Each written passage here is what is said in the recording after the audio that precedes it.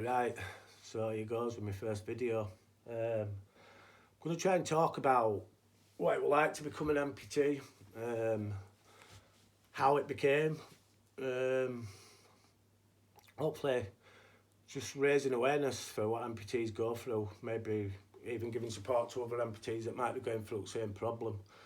I'm very nervous, so please bear with me, with it being my first video.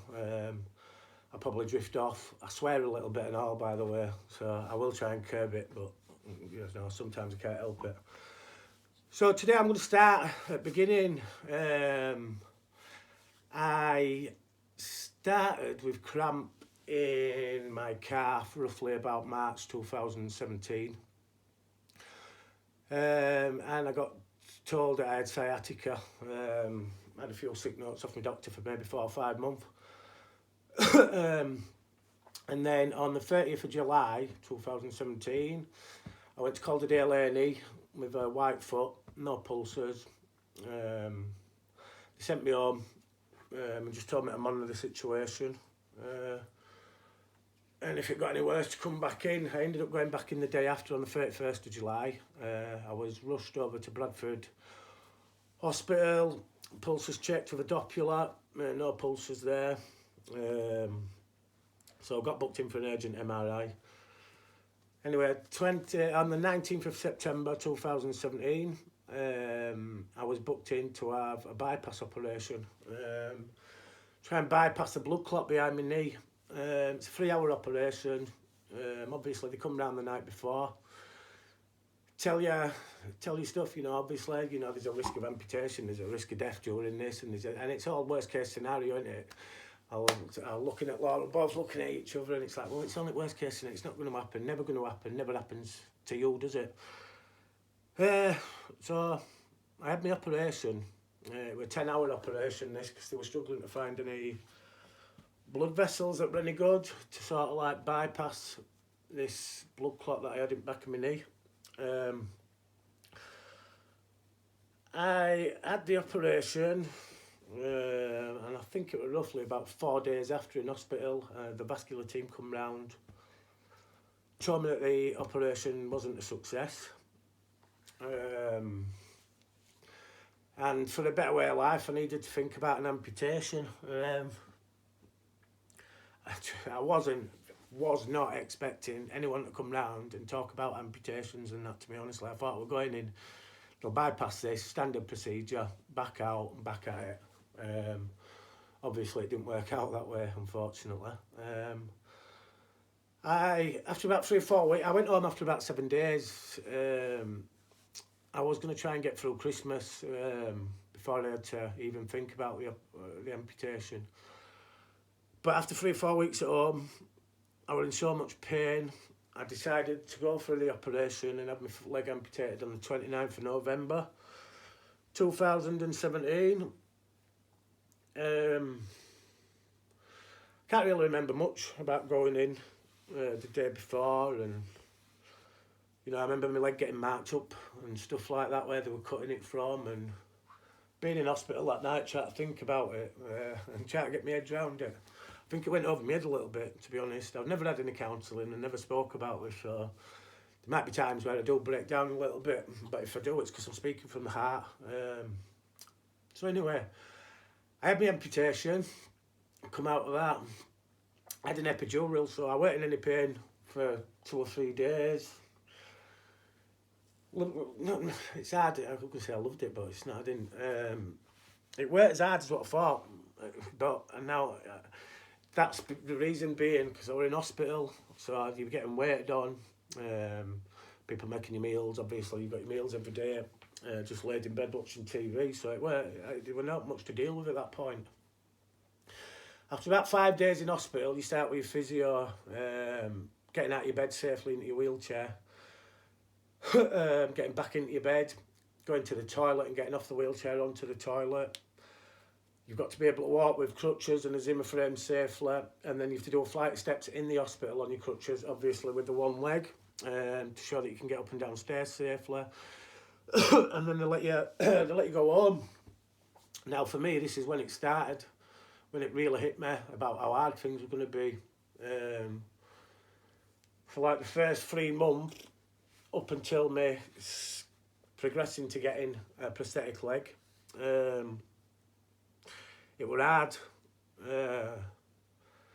Just coming back home and not being able to just stand up and go to a toilet. It's like you're hopping. I'm hopping to go to a toilet.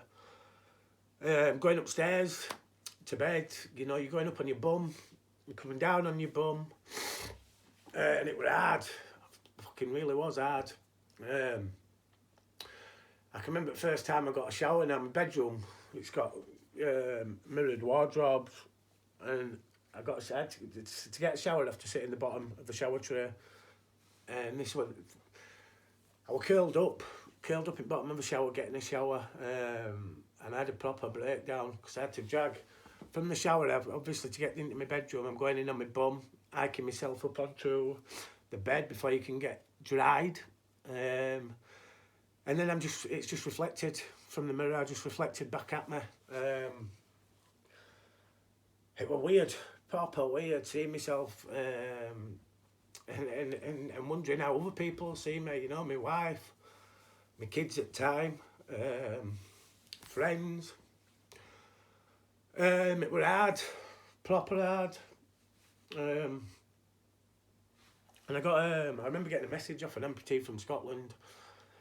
And it really helped me. It was like every little thing he was saying, every little thing you do. So when you do the stairs, they are hard.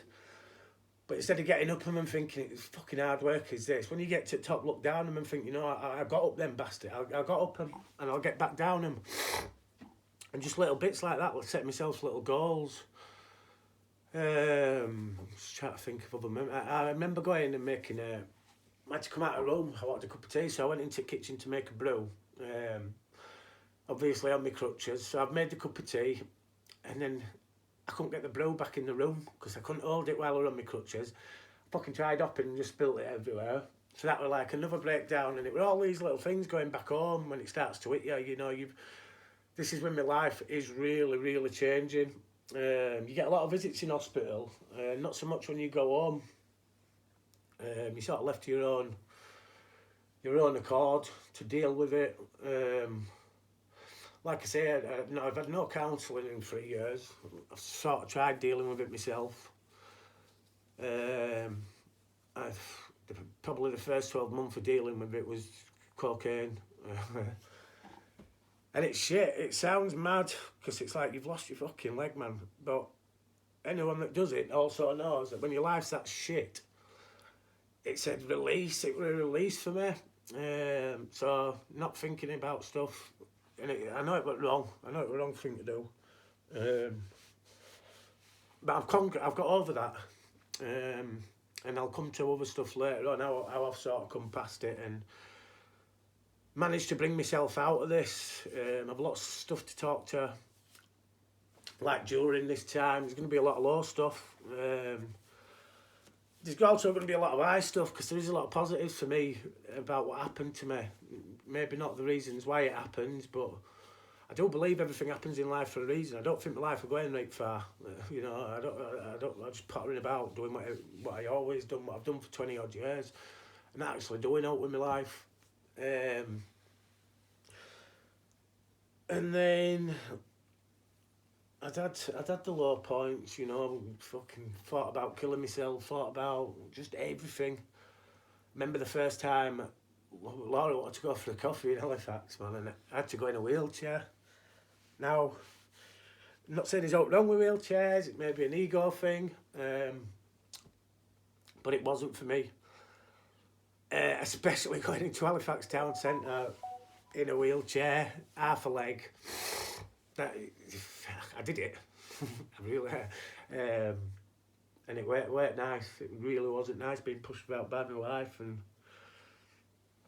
but I did it. And then I've slowly progressed to like picking myself up. I've gone through swings and roundabouts for this. I'd be up here, and then boom, within a couple of days, something had happened. My leg, phantom pains, whatever it may be. I'll talk about phantom pains at some point as well and let you all sort of understand what they're about.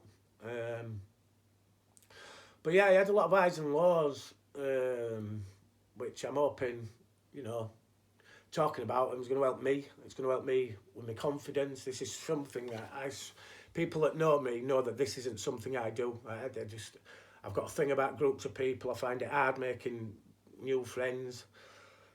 Find it hard talking to people that don't really know me. So this is for me to build my confidence up, maybe a bit of therapy, like I say, raise awareness about blood clots, about amputees, about differently abled people. I don't really say disabled because I don't like the word. So this is just the first short intro. I'm going to leave it at that for now. Just if you want to comment, let me know how I got on. It'd be much appreciated. If there's something as an amputee you want me to talk about or how I dealt with things, I'm happy to answer any questions and, you know, talk in other videos. So thanks for listening. I hope I haven't stuttered and babbled too much. Thank you. Right, let's have a fucking listen to this shit.